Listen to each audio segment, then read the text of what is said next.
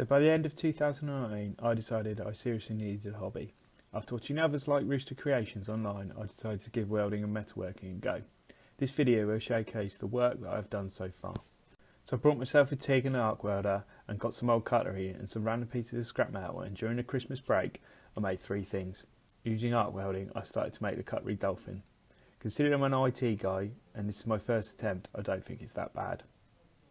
Still using the arc welder, I made the lady robot from various old car parts. Welding is definitely rough, but I like the design and the use of the parts. Then I went back to the cutlery and made the cutlery bird.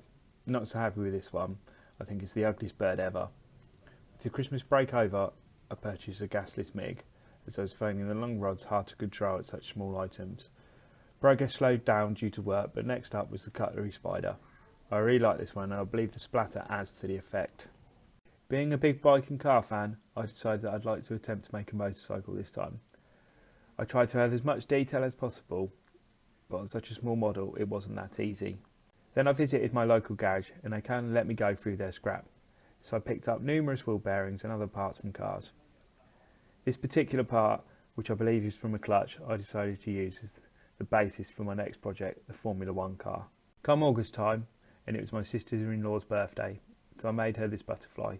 I don't have a plasma cutter, so I used numerous methods to cut out all the shapes, and it took ages. Needless to say, I now have a plasma cutter. And now the last and current project, the Triumphant test model car. I'm trying to get some good detail in this as it's from my dad. He had one when he was younger and talks about wanting one regularly, so a model now is all I can afford. There's been lots of new practices in this, so there's a lot to learn, but it's going okay. Hopefully I will finish it for his birthday.